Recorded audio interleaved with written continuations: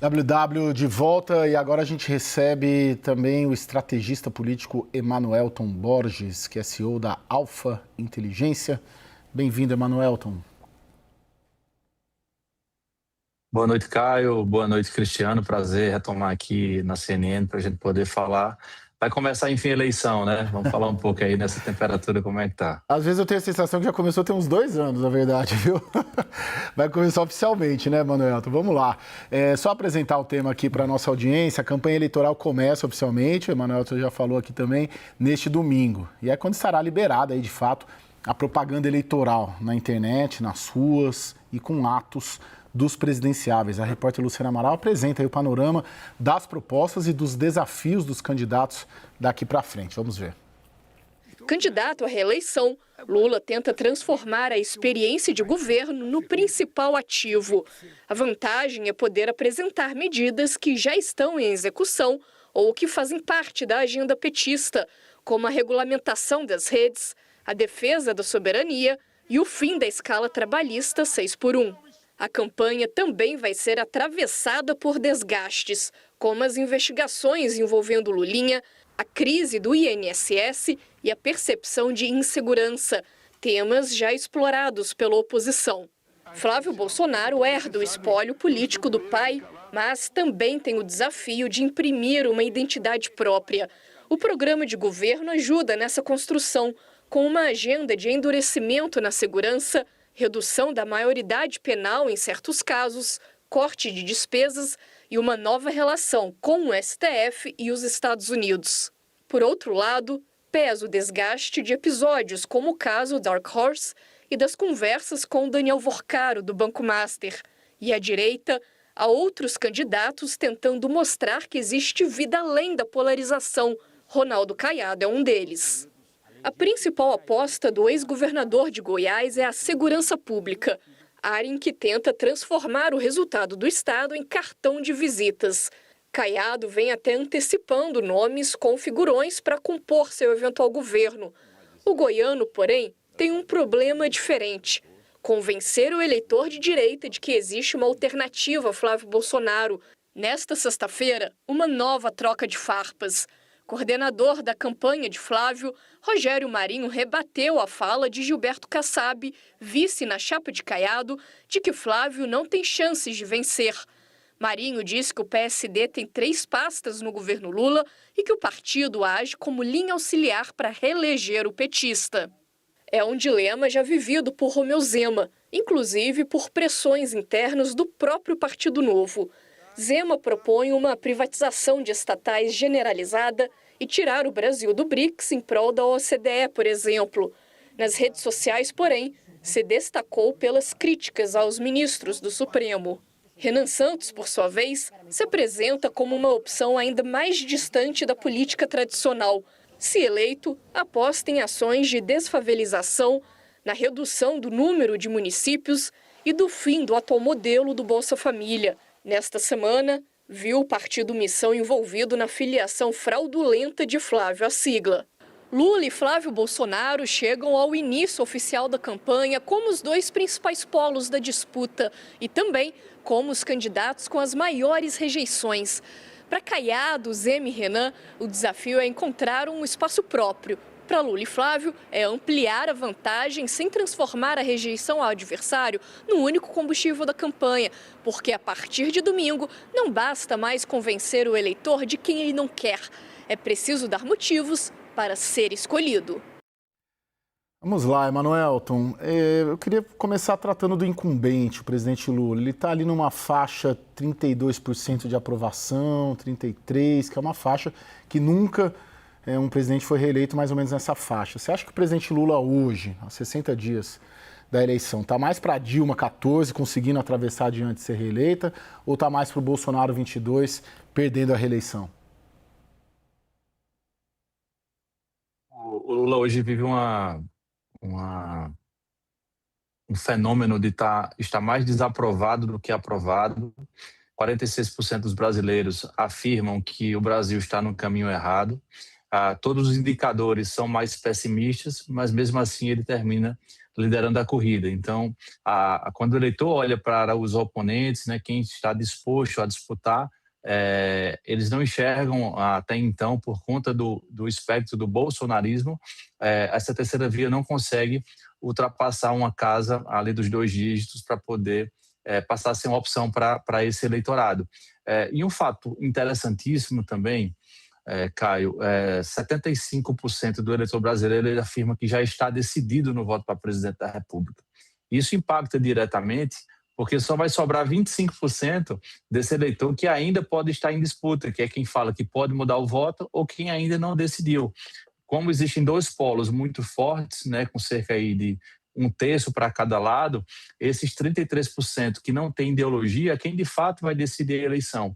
E o Brasil está caminhando para candidaturas que estão com menos propostas e mais ataques, e isso termina favorecendo o próprio incumbente, porque uma coisa que as campanhas de oposição têm esquecido é de falar de futuro. O eleitor ele vota no amanhã, né? No ontem e no hoje ele vira aprovação, mas o voto ele vem em cima das propostas, e não estamos vendo propostas nos 2 principais candidatos. O Renan Santos, como eu trouxe a reportagem, fala em desfavelização, fala em outros temas. O Caiado tem a segurança pública, o Zema traz um pouco do modelo de gestão, mas os 2 principais candidatos até então não têm apresentado de forma consistente argumentos que possam fazer o eleitor escolher olhando um pouco para o dia de amanhã. O Cristiano, o que você recomendaria para o nosso público observar nesses próximos 60 dias como variáveis e fatores decisivos para essa eleição presidencial? Em primeiro lugar, Caio, acho que o que a gente tem que olhar são variáveis imponderáveis, né? É a questão do imprevisível. Vale lembrar que a gente tem investigações aí em curso envolvendo a questão do INSS, com o filho do presidente Lula, tem essa questão do Banco Master, está a caminho, né, uma terceira proposta de delação de Daniel Vorcaro em relação ao Banco Master. Lembrando que esse episódio ele pegou tanto aliados do governo, pessoas próximas do governo, quanto a oposição. Então é preciso saber em que direção que isso vai caminhar, né? Eu acredito que essa é uma variável do imponderável que vai poder mexer bastante na campanha, porque esses 2, o Lula já é muito conhecido. O Lula é um candidato onde já há um conhecimento das suas propostas muito grande. Então, o Lula pode apresentar pouca novidade em relação à campanha, em relação a propostas, né? O Lula, como ele é candidato desde 89, as pessoas já sabem o que o Lula pensa, qual é o que o Lula pretende fazer. O Flávio também, na esteira ali do bolsonarismo, também tem uma posição muito consolidada nos votos, né? Então, o que a gente viu que mexeu nessas últimas semanas, nesses últimos meses com a campanha, foi justamente quando vieram à tona aí essas revelações. Foi alguma coisa absolutamente inusitada, né? Imprevisível, imponderável, que mexeu aí com esses índices de intenção de voto. Briga na família do próprio Flávio, as desavenças ali que tinha com a Michelle e tudo mais. Foi isso que afetou a campanha. Não foi necessariamente proposta, não foi necessariamente um grande movimento que uma candidatura ou outra pudesse fazer, mas foram simplesmente eventos absolutamente imponderáveis. Então, o que a gente tem que olhar é, daqui até a eleição, será que vai surgir algum fato novo? Essas investigações que estão acontecendo pode atingir uma ou outra candidatura?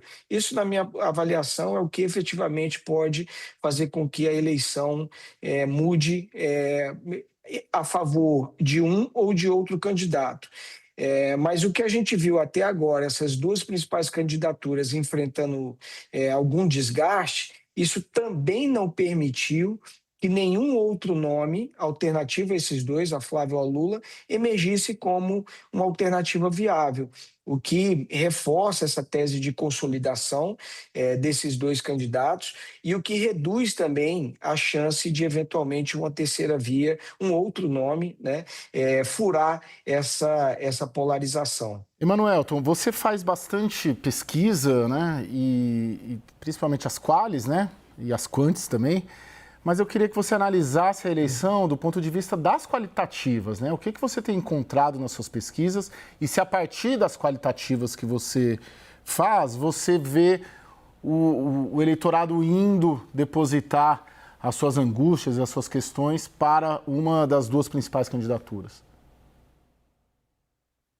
Perfeito. Hoje o maior sentimento do Brasil, se fosse resumir o sentimento do brasileiro, é um sentimento de frustração. O brasileiro está frustrado porque não encontra alternativas. Trazendo um pouco de pesquisa quantitativa para chegar na qualitativa, Caio, teve uma pergunta numa pesquisa que nós publicamos recentemente, o que seria melhor para o Brasil? Reeleger Lula, 38%. Eleger alguém apoiado por Bolsonaro, o Flávio Bolsonaro, 35%. Eleger nenhum dos dois polos, 25%. Nós temos dois aprendizados com esse indicador. O primeiro que vai ser muito difícil uma terceira via ultrapassar esses 25%, que será, por sua vez, menor que os 35% do Flávio ou alguém apoiado pelo Bolsonaro. E o outro ponto é que as pautas sociais, as três principais, corrupção, custo de vida e segurança pública, e principalmente a corrupção, que vai ao encontro de escândalo do INSS, escândalo do Banco Master, isso tem deixado o eleitor cada vez mais triste, mais decepcionado. E no ambiente de decepção, como é que eu vou conseguir vender a esperança e vender o futuro? Então, note que as campanhas, elas não têm trazido esse polo de vender o amanhã. E dentro das qualitativas, nós encontramos, que é uma tese que nós validamos nas nossas quantitativas, nós dividimos o Brasil em 5 perfis. Hoje existem 5 tipos de eleitores. Nós temos o eleitor lulista, né, que é o eleitor 100% esquerda, que ele não quer perder a questão das conquistas sociais. Nós temos o conservador, que é o eleitor bolsonarista, que de fato ele é o anti-Lula, enfim, aquele eleitor a favor do porte de arma, aquele eleitor mais radical. Mas nós temos 3 perfis que é quem vai de fato decidir a eleição. O principal deles eu chamo pragmático sobrevivente. É o eleitor que a ideologia dele é o boleto, é o gás, é o preço da gasolina. Ele não está preocupado com polarização política, ele quer saber de fato o que é que vai fazer para melhorar a vida dele. O quarto perfil, é o crítico ético. É onde o Renan Santos ele surfa mais. Esse crítico ético, qualquer candidato que tenha problemas de envolvimento com corrupção, ele é rejeitado automaticamente. Ele não, a primeira linha de corte é a questão da corrupção. E, por fim, é o eleitor do voto híbrido. Esse eleitor, ele vota em um presidente, mas vota em um governador de outro partido, vota no senador de outra corrente ideológica. Mas esse eleitor que está preocupado com o boleto que tem que pagar, ele olha para esses candidatos e ele vai fazer 2 movimentos no primeiro turno. Ou ele vai anular o voto, ou ele vai votar em uma das opções de terceira via. E note que esse movimento do eleitor que pode decidir, ele está empurrando o Flávio contra Lula para o segundo turno. Então, esse é um ponto que as candidaturas de oposição das terceiras vias, elas precisam estar muito atentas, porque se querem ultrapassar a barreira dos 2 dígitos para poder trazer uma ameaça para o Flávio, ele tem que comunicar com esse eleitor que não quer saber de ideologia, ele quer saber daquilo que vai fazer chegar à feira no outro dia, que vai aumentar o poder de compra. Esse é um ponto principal que as qualitativas têm trazido aí na eleição deste ano. Agora, Cristiano, hoje o Kassab, Gilberto Kassab, candidato a vice do Caiado, presidente do PSD, diz que é 0 a chance do Flávio Bolsonaro. Eu tenho sentido, acompanhando as duas campanhas, o termômetro hoje, nessa sexta-feira, era de muita animação, vamos dizer assim, no QG do Flávio Bolsonaro, e um estado, vamos dizer, de atenção, né, maior do que antes na campanha do PT e do Lula. Você acha que o Kassab exagerou? Olha, Caio, isso faz parte, obviamente, de uma narrativa, né, que o Kassab também quer criar. Vale dizer o seguinte: o Kassab ele é candidato a vice-presidente da chapa do PSD. Então, o que que ele diz? Ele diz que o Lula, o Centrão não está neutro, o Centrão está com o Lula. Vale dizer que o Centrão ele tem essa imagem negativa de fisiológico e tudo mais.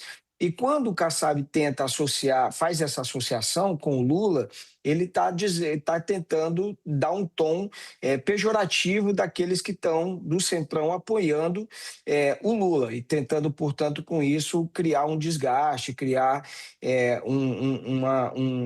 colar no Lula essa imagem também de que o Lula está dando espaço para partidos fisiológicos. Quando ele diz que o Flávio não tem chance, obviamente que ele está dizendo, olha, a gente tem um candidato aqui, sim, que tem chance de vencer o Lula se for para o segundo turno. Então ele tenta, com isso, na verdade, esvaziar a candidatura do Flávio para ver se esse eleitor acaba migrando para ele, né, para o candidato Ronaldo Caiado, e aí, eventualmente, ao invés do Flávio, vai o Caiado para o segundo turno. Agora, é provável, acho até mais razoável imaginar que o Kassab e, eventualmente, o Caiado, em um eventual segundo turno, anuncie mais apoio ao Flávio do que ao Lula, né?